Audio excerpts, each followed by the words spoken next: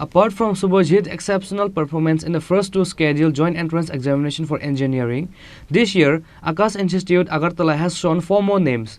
They are Jagjyoti Devnath with 98.96% marks, Ishwari Bhattacharya with 96.93% marks, Gorik Roy with 96.87% marks, and Pratif Dev with 94.21% marks.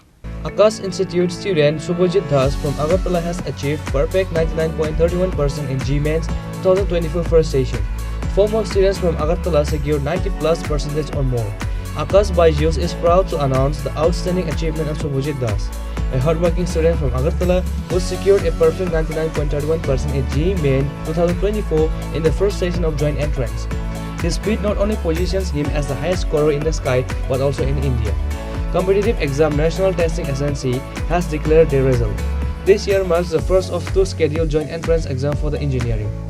Besides the exceptional achievement of Shubhajit Das, there are four other brilliant minds from Aakash Institute Agartala. They are Jagjyoti Devnath 98.96%, Ishwari Bhattacharya 96.93%, Gorik Rai 96.87%, and Pratif Dev secured 94.21%.